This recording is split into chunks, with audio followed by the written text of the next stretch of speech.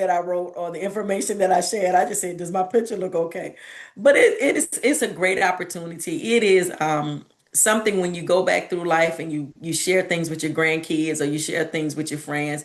Those are one of the things you will pull out and be like, hey, look, this is cool. This is really, really neat and this is cool. So kudos to you. Good luck with all of your endeavors. And I hope more people will jump on board and help you promote women in sports and promote sports, period.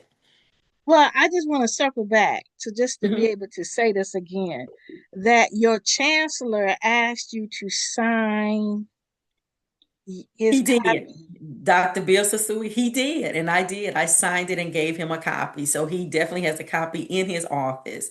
And so I'm particularly proud of that, knowing that the higher ups acknowledges the hard work that you put in and acknowledge who you are as a person and can help you I guess set sail on some of the things that people don't normally do. How many people can actually say they're in a magazine, right? Right. And so it is definitely an honor. And it plants a seed. See, this is Yes, what I it say, does plant the seed. because that's why I really call it expert marketing. Because Hmm. I asked the question, what is it that you want to be known for? Hmm. And to be known for at a presidential level as Hmm. a person who can pivot swiftly, since COVID, that's the kind of leader people are looking for. Absolutely. And I don't so, disagree with that. Go ahead. Go ahead. Go or ahead. you just become like that expert, that billboard. If you want to Uh-huh. know how to do it correctly, this is where you need to go get that information. You got to be able to pivot swiftly. Small example. I was on campus Saturday. We were doing a fundraiser walk. And I was just kind of coming into the finish line, and a parent, her son plays football, and she just caught me out the blue. You know, everybody knows you and you don't know them. So she caught me out the blue and doing your normal self. Yes, ma'am. Yes, ma'am. Yes, ma'am. Yes, ma'am. You're listening. And so as she was talking, I was processing what she was asking and what she was suggesting. And it right then and there's like a light bulb went off. Yeah, I said, yeah, I like that. So Monday, today is what, Thursday? So Monday, quickly got my staff together and I said, hey, Miss Such and Such stopped me. This is what she has concerns about. How can we help meet her needs, but do it our way? Quickly thought about a fan zone tab on our website. We're currently doing some research how we can get some information out as it relates to our game day operations and our game day movie, all by listening, not being defensive, all by just listening to what this parent said. Yep, she came up, you were crossing the finish line after a 5 mile walk. You're extremely exhausted, you're looking crazy, and you just want to get some water and go home. But she stopped me. I paused, listened to what she had to say with an open mind, and like, oh, this is another opportunity for us to grow, another opportunity for us to get better and to set ourselves apart as a department as we get ready to hit football season. Mhm. And see this, see again, my mind is working. So we were just talking about the retreats that I want to have. My Mhm. father called our home place Quail Way. So that's what I call it. He Okay. actually, my father was a hunter of quail. Okay. Okay. And if you know what that means, that the bird dog is pointing where the bird has fallen. It Uh-huh. helps you point where the bird is, and then you shoot it, and then it tells the dog's toe where to go pick it up. Uh-huh. So that's where I grew up. I'm from the country. And so I said, if daddy put that up there, I want to show people the way, such as Quail Way. Got you. And so while we were talking, you said you coming to the East Coast. See, I believe that people will come to Quail Way to learn how you do it your way. I do too. I do believe that people that are sponges, that are willing to learn and to grow and to get better, are open to everybody's ideas. It doesn't matter where you're from, what you look like. You can always take something away from a situation. Whether it's a good conversation, good work experience, bad work experience, it's always something you could take away from it to add to your toolkit, to make you a better leader, to make you a better individual, and kind of go from there. When I worked at Lord's University in Sylvania, Ohio, I wasn't, everybody talks about recycling, okay? But trust me, the sisters took it to a whole nother level. Literally thought it was impressive and just paying attention. I worked at Lloyd's probably 8.5 years. I walked away now. I'm the biggest recycler. I I make sure that there is not a lot of waste and not a lot of paper waste. That experience helped me understand preserving the earth. What is life like when you do your little part in your little community? How much can you change? How much can you save? And I just felt like when you talk about, and this has nothing to do with athletics, this is about self-improvement and getting better. And the people that really, really know me and that are close to me understand I don't play when it comes to recycling. There's no paper plates in my house. We do have paper towels, but I am not about the plastic. I do not do the plastic. I truly, truly believe that everybody needs to save their part. And so that was just a snippet of if you open yourself up to differences and different way of thinking and different ideas, it can always improve who you are and how you get better in life. So I make a note that when we have a retreat with you as a speaker, I got to pull out the real dishes. I got You it. gotta pull out, yes, do not come out there with the plastic. So yes, yes, Okay. please have a retreat so I can come visit. Okay. So Yes. my second question that I was holding off on is what article that really caught your eye? The young lady, I don't have the book in front of me, but she was talking about speaking in public and being true. What was the top? Being authentic in public or speaking the truth in public. There it is, Stacy. Is that Stacy Miller? That Yes, I is think is that's it. about, is that the one about speaking the truth in public or speaking truth in Oh no, public? that's not it. I know who you're talking about. You talking about this one right here. Yes, Dr. Daniels. I really, really resonated with what she was saying. I'm not from DC, I'm not from Chocolate City, but we all were taught one way or another to, you got to be true to yourself. You got to work hard. You got to pave your way. I think every person of color know about code switching. Mhm. Okay. Trying to make sure that we understand one another in a time, place, and environment, and to understand. And I felt her passion and I felt her love in her article because I can really relate to what she's saying.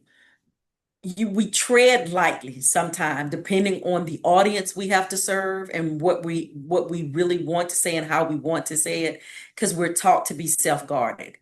Is if that's self-preservation, someone can say it's self-preservation, someone can say it's pivoting and understanding how to navigate a room and how to work an environment where you want to always belong and always be relevant. Mhm. And is it a good thing or is it a bad thing? It's a combination of both. But Dr. Daniels' truth and her article was profound. I would love to meet her one day. So whenever Ooh. you set up your treat, make sure you have us coming at the same time so I can connect with her because I resonated with her. I resonated with her. And it is so true with how we function and how we navigate, not just being a woman, not Mhm. just being a black woman, not just being a black woman that's a leader. It's all of it. It's all of it thrown into this big pot. In my southern way, it's called gumbo, trying to stay relevant, trying to stay ahead of the curve, and trying to be mindful. Everybody's so sensitive, Monique, these days. I don't know if it's the political climate that we're in. Everybody, you can't crack jokes anymore. People are offended. You have to be mindful of what you're saying. You have to be mindful of how you look, what you're doing. And so when she really dug deep about going to her therapist and trying to get back to her roots and moving around, it was profound. I really felt her in the article, in the read. It was a wonderful read and it was a good article. Mhm. Well, I heard her speak first. Okay. I went to Minority Women in Sports Medicine, and Hmm. we actually served on a panel at, at Mentor something in DC. And then I saw her Hmm. again she was really went into deep conversation about some things. But twice, whatever she said, it had profound effect. She talked about building confidence as one of the things that our young ladies are missing. And then she said something about you are one of one. And it's just like, I said, girl, you got deep thoughts. You know what I mean? I said, I need you to, Yeah. we need to plant that seed about your deep thoughts. And Yeah. so yeah, girl, you really got my wheels turning. I'm gonna Yeah. text you after this to get them dates together because she's in DC. Yeah. You're going to be in Fairfax. I mean, we got to make this We work. gonna fig we gotta figure something out. We gotta figure, and I wish I would have heard her talk about I think you said something about just having confidence. We're so consumed with how we look, how we dress. Our body curves are not like everybody body curves. We have so many different struggles that we face even before we get to the podium. Hmm. Hair, we all struggle with what does our hair supposed to look like? Is this acceptable? Is this not acceptable? And it that would be interesting. I would love to hear her thoughts about how we as women move forward and how do we look, those particular things. There's Hmm. so many onions that you could peel apart and Yeah. natural hair versus straight hair, the whole nine yards. So I would love to hear what she has to say about self-confidence, even before you get to the mic. Because getting to the mic is a whole nother conversation by itself. It's another conversation by itself. Yeah, because people are really shocked when I tell them I used to stutter in high school. Wow. And I was not allowed to speak at graduation. I was SGA president and I was not allowed to speak at graduation because I stuttered. Wow. Now that's new for me. I didn't know that. That's new for me. And Wow. I because from a small town and your parents said did so and so recognize you, did so and so, the pressure of representing, I think that was really what got me. But sister girl, when I didn't give a flip flu, that's one thing. But really what really got me, you're talking about confidence. Confidence doesn't come by thinking, it comes by doing. And Hmm. so knowing that I know the subject line more than others. And it really happened when I started giving presentations at the board meeting for the presidents.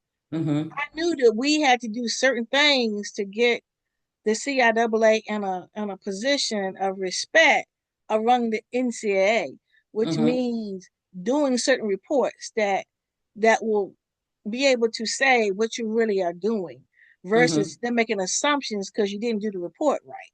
Hmm. And so I would lay out like this is what you look like. And I would point each president. This is what you all did. And so if you want to get this right, you need to hire somebody to do compliance correctly. So when you're speaking truth to power, you got to know your stuff. And you can't be hooing and hawing when you're doing it. So That is sometime or true. another, I'm like, who was that? You know, I'd be like, who said that? But when you know and you know what okay, I'm not saying I'm a Harriet Tubman, but it really was. I'm trying to take us out of this wilderness of doing things backwards. And if you're gonna go with me, you got to go and do it right. If not, go and get back. You know, You that's gotta go and do kind it of right. And I want go ahead. where you going. But the good thing about it, Monique, when you said your president put you in a place and a position, to me, that goes back about someone elevating you and allowing you to do your job. To be a leader, you have to be okay with allowing people to have their space. Everybody can shine at the same time. I am a firm believer. A leader will help develop people and get them to the point, and a leader can also break someone Oh and yeah. tear their confidence down. But it is a true blessing to run across that leader that is comfortable to help you grow, to help give you constructive criticism and also applaud you when you're doing things the right way and to give you some credit, but give you some space and let you flourish and let your butterfly wings just kind of go. And a lot of people have experienced the latter, where that leader is intimidated, where that leader is jealous, whether it be because of their skill set, their knowledge, or the whole nine yards. And when this is all said and done, the people that fall off of Janet's tree and become ADs, I really am. holding on to these, like I was that person that pushed them, that helped them grow, that was Mhm. not ashamed that they were able to speak in the whole 9 yards. I am so excited. Just during my little time, I can name 5 people that used to be assistant ADs or associate ADs that are now ADs and they're thriving. And whether it be on the high school level, whether it be on the collegiate level, that warms my heart more than anybody can ever express or tell. It is critical that we continue to promote one another and just lead by example and not tear people down because we have our own insecurities. Mhm, But listen, the thing that was unique, this wasn't one president. So I was in the conference office and mhm. I had to talk to 12 presidents. Oh yeah. So the person who gave me my stage to do this was Commissioner Leon Carey. And Nice. I am 1000% appreciative of his trust in me because I was bringing up things that were before was like, that's low on our totem pole. I said, it can be. But if you don't do this, you won't get this. If you do this, we get this. And Correct. so that is really going back and go get information that no one else has, which builds your confidence up. And then that's what I'm doing here. I'm saying, what is your expertise? What is Mhm, something that you know that most people don't know? And when mhm, you know your stuff, like you plant this magazine with a president, let's say they ask you to go speak at the board or whatever, mhm. your conference, this is how we do this. This is the steps you take. Luckily, I'm giving you opportunity to pick your own expertise. Sometimes I want you to talk Mhm. on this, and then you got to do all the research. But see, I'm that nerd. I would take my term paper, go find the one nobody else had done anything on, and I was like, "Ooh, this is gonna be fun." So I'm a little different. Yeah. Yeah, but different is always good. Different is always, and it definitely gave us all a platform to share our opinions and share our expertise. So that's a cool way of shining. So I appreciate you and I appreciate all that you have done for us. Well, thank you. So speaking of done for us, how was the process of preparing your article for the magazine? Oh, it was hard. I had to figure out what is it that I wanted to touch on because I just felt like it was 3 or 4 different things that you can actually touch on. And so just talking to you kind of helped narrow down my thought process and where we were going and what I wanted to actually say. Because it's 500 ways you can describe some things or do some things. So I just felt like my experience, you brought up COVID earlier, my experience in COVID was very relevant for me in my career. It helped propel me forward with a lot of things because I had a great commissioner, Rob Miller, from we were in the WAC. That's great. This WHAC. I know the Wolverine Hooge Athletic Conference was very supportive. And again, I had a president that was supportive. So COVID, um, kind of like we all had to move, right? We all had to adjust on the fly. Nobody knew what was going on. And so just that experience alone, instead of making it seem like, oh, it was a dread, you learn from it. Bam, right after COVID, athletics didn't stop. It kept on going. And here come the big boy, the NIL. And NIL have reshaped how we look at athletics. I promise you, we will not look the same. 10 years from now, the small world of NAIA will not look like it's looking, and the big boy of NCAA is not going to look the same. We can already see where it's going. You can already see that the NCAA is going with the LLCs and kind of reshaping some things. I hope I'm not misspeaking out of turn. The SEC is no longer going to be in the section that they're in. They finna kind of do and break and do their own thing. In the little world, the NAI ones I love so dearly, I'm not hating on NAI. We're not going to look the same. And so it's just understanding that and staying ahead of the curve. And how do you stay ahead of the curve? Constant conversations with peers, understanding and have your ears to the ground when it comes to committee meetings and those people that's thinking outside the box. Flag football, boom. 10 years ago, flag football did not exist. Right now, it's the hottest thing on the market. Women playing football, the NFL is going. Luckily for me, I'm here with the 5-time national champs. So I'm excited to be in their presence. But it is growing and it is booming. So, what do you learn from that 10 years from now? it'll be another sport getting ready to come up the pipeline. And so I just think that that alone keeps you on your toes. If you want to stay in this business of college athletics, in this business of supporting young student athletes as they thrive and grow, you got to be able to adjust. Monique, I can remember, we all probably can remember when they had beepers back in the day before it was cell phones. Now you got the cell phones. Remember with the cell phones, it was limited minutes. You could only call after 7 o'clock or 8 o'clock when it was unlimited minutes. And so it just progressed and progressed and progressed and progressed and progressed.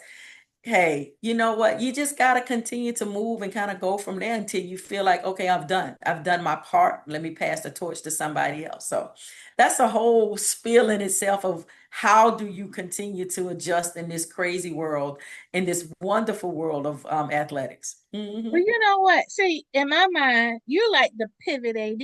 I mean, for real. Because you just name like 4 or 5 instances and it just flowed. And look, most everybody goes like, boo. I have not seen you do that not one time. Everything has been I mean, like, who would not want to work with somebody who is like, it's an opportunity, not an obstacle. That's how you function. Yes, and I think even in my article I wrote, I clearly said I didn't see my missteps as a challenge. It was a great opportunity, like, oh, let me figure this out. Let's how to go from there. I didn't let it bury me. I didn't let it burden me. You just continue to kind of go from there. I love what I do. And I hope it shines through my personality and my work. I love being at the stadium 8, 9 o'clock at night, even though I'm not a night person. And I love interacting with people. And I just really think that God has blessed me with a talent that I don't feel like I have a job. Now, yeah, I need to pay my bills. And yeah, I feel like I should get paid, but I don't dread going to work. I don't dread the parent complaints. It gets overwhelming at times, but I don't dread the parent complaints. You have a revolving door um, with students coming and going, and it's just a matter of understanding how to take a deep breath and breathe and know that this is what we do. This is it. This is what we do for a living. Well, I don't think I did this before. I want you to tell everybody Okay. where you are the director of athletics, because I don't think I said that in the beginning. Okay. I am in Ottawa, Kansas, at Ottawa University. I am 50 miles from Kansas City, Missouri. I am 2 hours from Wichita. I'm gonna put it in perspective for the big people, and I think I'm in the Big 12 country. I am 20 minutes from KU, and I'm 2 hours from KSU. So, what is it? Kansas University and Kansas State University. So I'm right dead smack in the middle in a little small town in Ottawa, Kansas. Mhm. Well, guess what I just read? I just finished reading yesterday. What you got? Marion Washington Okay. was the basketball coach at University of Kansas during AIAW and into the NCAA. See, the look on your face tells me why I need to keep telling this woman's story. I did Okay. not know that she was the very first women's athletic administrator for the University of Kansas back I in didn't know. 1974. Okay. This is Yeah, you doing want to tell her story. AIAW. Okay. This is what happened. Somebody, Senator Boo, would put it in his office. I Mm-hmm. looked at the book. He said, "You want to read it?" I said, "I promise you, I'd have it back to you in a week." And I sure did. I had a meeting today. I got the book on a Monday Okay. and I picked it up on a Thursday, finished it. But I was so shocked because this was Mm-hmm. the coach for Lynette Willard, the first women's And basketball. Lynette is in this. Lynette is right here. She's still in this area. So it's not unusual to run into her at the mall or at a grocery store. Oh, So she's still in this area. So she was Lynette Woodard's coach. yes, she was. Wow. Everybody know Yes, Lynette Woodard, but they don't know the coach. right. Yes. You see what I'm saying? And so and, Yes. she, and so she wrote a not a forward. What's the one you write at the end? She didn't. Lynette wrote a piece in the book. And she talked Okay. about how she brought it in and all, and that's one thing. And number two, the second point she made, she was saying that um the the records of AIAW are not recognized by the NCAA. Hmm. And that's why Lynette is not recognized in the NCAA because when she played in the NAIA. Isn't that Wow. crazy? That is crazy. I didn't know that. That is crazy. I was like, say what? I told my husband, I was like, blah, blah, blah, blah, blah, blah, blah. I was on my soapbox and I was like, with the rules, I mean, the rules were different. Now I can get it if we're talking about the half court. Okay.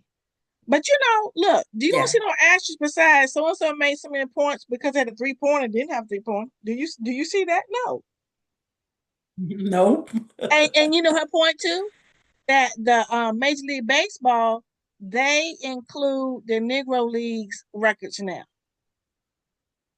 Yes, I heard that too. I did. I heard So that too, and I think that's amazing.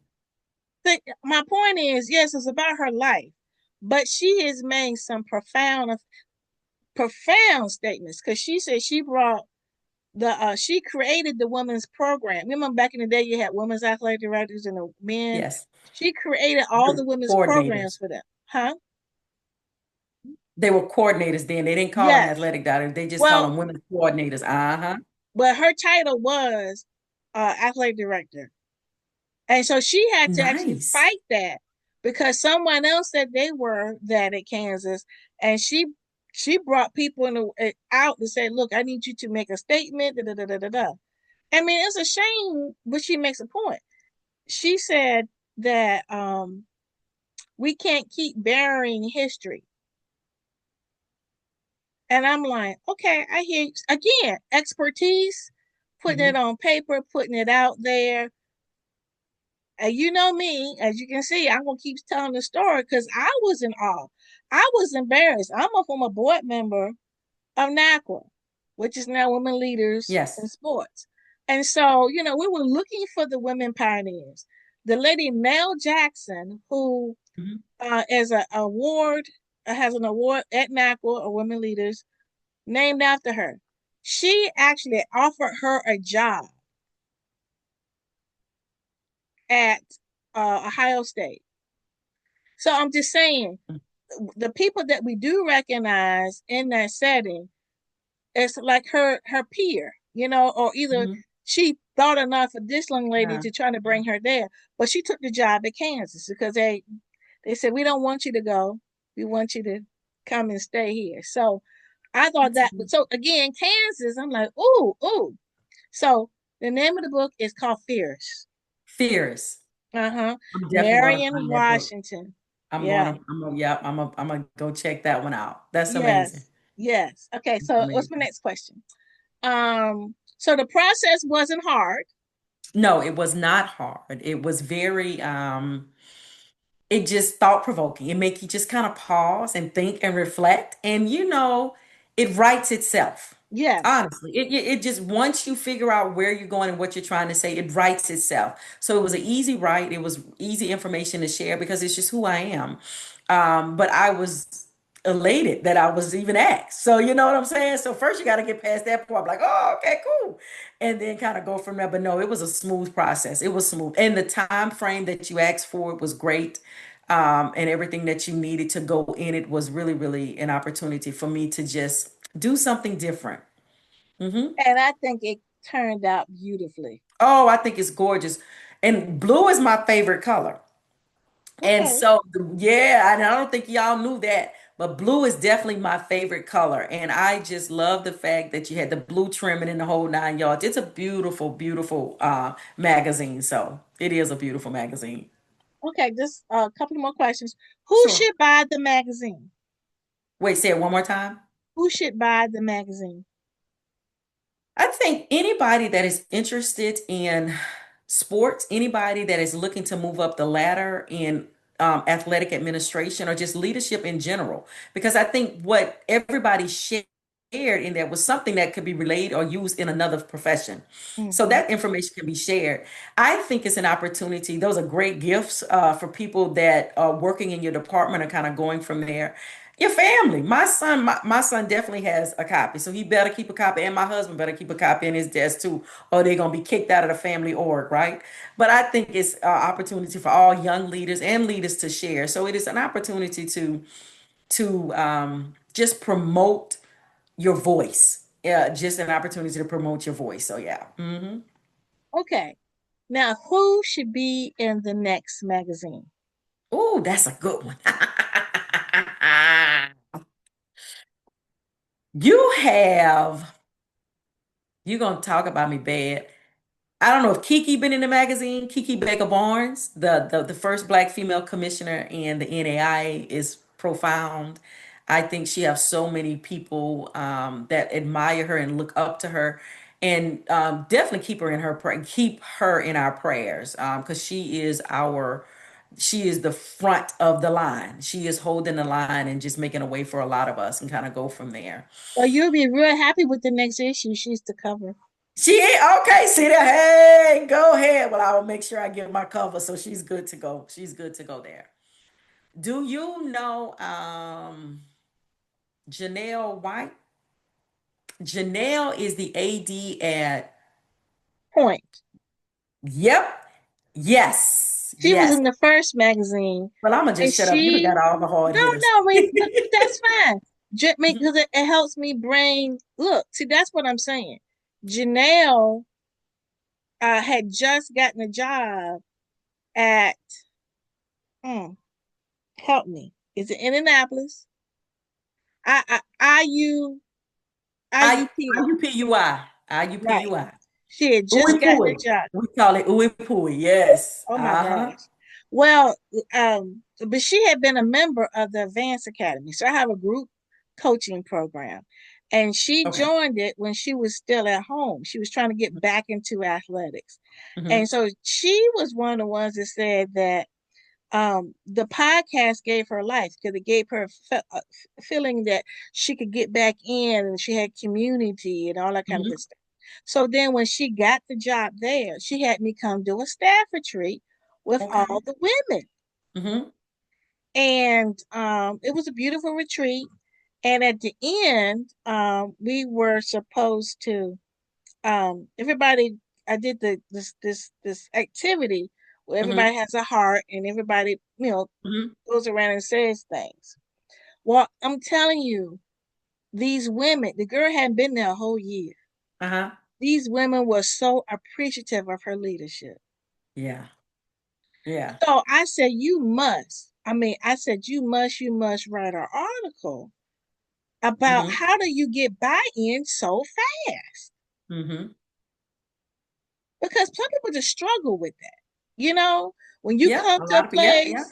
Yeah. place, how do you get, and again, people think women can't work together. I mean, like that Hmm. was miraculous to me. The stereotypes are just crazy. Yeah. The But stereotypes it's are the truth because everywhere this girl has gone, she's at Point University.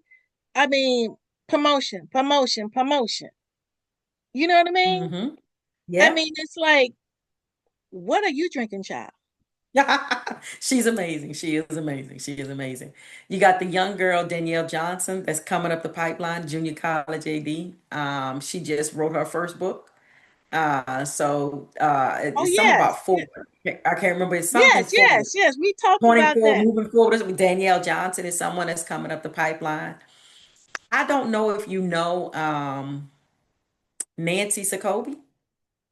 Nancy Sakobi is a Kenyan native, but she is at Florida Memorial. Mm-hmm. She was an AD. She's not an AD now. She's a volleyball coach.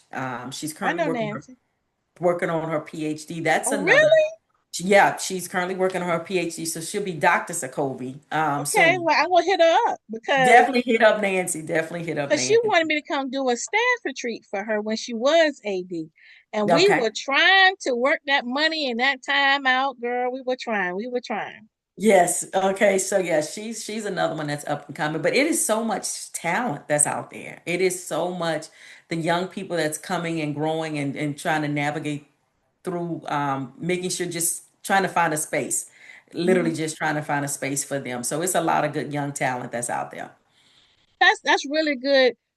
for others to hear, Hmm. because there's so many moving parts in athletics now. People are feeling they just want to get out, Mm. and so I I mean, if you can't see your way in it, I understand.